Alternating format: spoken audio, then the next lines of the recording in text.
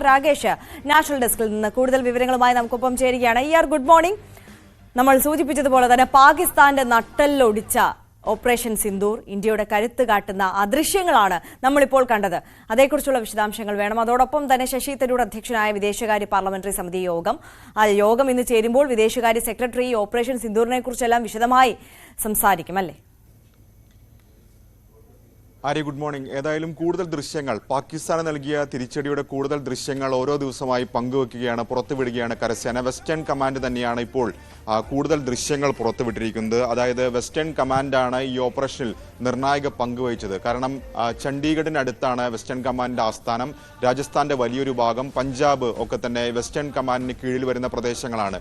പ്രത്യേകിച്ച് ഈ പടിഞ്ഞാറൻ അതിർത്തിയിലാണ് വലിയ ആക്രമണം പാകിസ്ഥാന്റെ ഭാഗത്തുനിന്നുണ്ടായത്. അതിനെയൊക്കെ പ്രതിരോധിച്ചതിൽ വലിയ പങ്ക് വെസ്റ്റേൺ കമാൻഡിനുണ്ട്. ഏതായാലും ഈ ദൃശ്യങ്ങൾ പങ്കുവച്ചിരിക്കുന്നത് ശത്രുവിന്റെ മിസൈൽ നിർവീര്യമാക്കി ഇന്ത്യയുടെ അപരാജിത മതിൽ എന്ന തലക്കെട്ടോടു കൂടിയാണ്. ഇതിൽ പാകിസ്ഥാൻ ഉപയോഗിച്ച മിസൈലുകളെ കുറിച്ചൊക്കെ തന്നെ പറയുന്നുണ്ട്. അതായത് ഫത്തേ മിസൈൽ ഉപയോഗിച്ചു, ഷഹീൻ ഉപയോഗിച്ചു എന്നൊക്കെ തന്നെ വിശദീകരിക്കുന്നുണ്ട്. കാരണം ഈ ഫത്തേ 2 മിസൈലാണ് ഡൽഹി ലക്ഷ്യമാക്കി പാകിസ്ഥാൻ അയച്ചത്. അത് പിന്നീട് ഇന്ത്യയുടെ വ്യോമ പ്രതിരോധ സംവിധാനങ്ങൾ ഹരിയാനയിലെ സിർസയിൽ വെച്ച് തകർക്കുകയായിരുന്നു. അതിന്റെ അവശിഷ്ടങ്ങൾ, ദൃശ്യങ്ങളൊക്കെ തന്നെ നമ്മൾ കണ്ടതാണ്. ഒപ്പം തന്നെ ചൈനീസ് നിർമ്മിത റോക്കറ്റ് ലോഞ്ചറായ A100 ഉപയോഗിച്ചു എന്നുകൂടി ഈ ദൃശ്യങ്ങളിൽ പറയുന്നുണ്ട്. അതെല്ലാം തന്നെ ഇന്ത്യയുടെ വ്യോമ പ്രതിരോധ സംവിധാനങ്ങൾ, പ്രത്യേകിച്ച് S-400 ഉപയോഗിച്ച് തകർത്തു എന്നാണ് ഈ ദൃശ്യങ്ങൾ പറയുന്നത്. അതിനുശേഷം ഇന്ത്യ നടത്തിയ തിരിച്ചടിയെക്കുറിച്ചും ഇതിനകത്ത് പറയുന്നുണ്ട്. പ്രത്യേകിച്ച് പാകിസ്ഥാനിലെ വ്യോമസേനാ താവളങ്ങൾ തകർന്നതിന്റെ സാറ്റലൈറ്റ് ചിത്രങ്ങൾ, ഒപ്പം നൂർഖാൻ അടക്കമുള്ള വ്യോമസേനാ താവളങ്ങൾക്ക് വലിയ രീതിയിൽ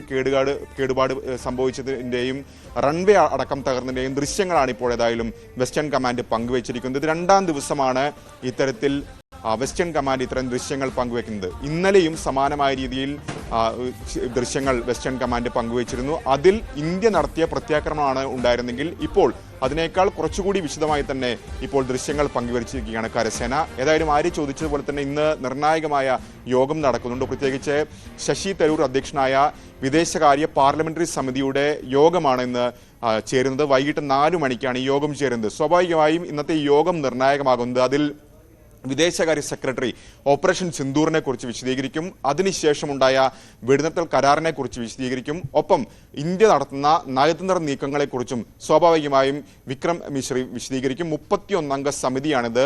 എല്ലാ രാഷ്ട്രീയ പാർട്ടികളുടെയും പ്രതിനിധികളുണ്ട്. പ്രത്യേകിച്ച് കേരളത്തിൽ നോക്കുകയാണെങ്കിൽ ജോൺ ബ്രിട്ടാസ് ഈ സമിതിയിലെ അംഗമാണ്.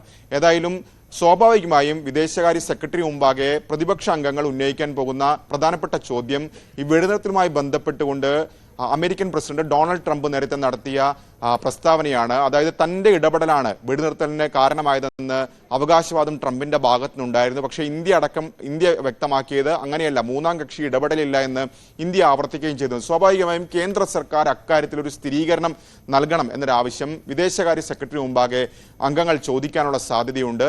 ഒപ്പം ഇന്ത്യ ഇപ്പോൾ നടത്തുന്ന പ്രത്യേകിച്ച് വിദേശ രാജ്യങ്ങളിലേക്കൊക്കെ തന്നെ സംഘത്തെ അയക്കാൻ തീരുമാനമെടുത്തു കഴിഞ്ഞു. അക്കാര്യം സംബന്ധിച്ച വിശദീകരണവും ഏതായാലും വിദേശകാര്യ സെക്രട്ടറിയുടെ ഭാഗത്തുനിന്ന് ഇന്നത്തെ യോഗത്തിലുണ്ടാകും. 4 മണിക്കാണ് യോഗം നിശ്ചയിച്ചിരിക്കുന്നത്. ആര്യ, തീർച്ചയായും രാകേഷാണ് വിവരങ്ങൾ നൽകിയത്. എന്തായാലും വിദേശകാര്യ പാർലമെന്ററി യോഗം ഇന്ന് നടക്കും.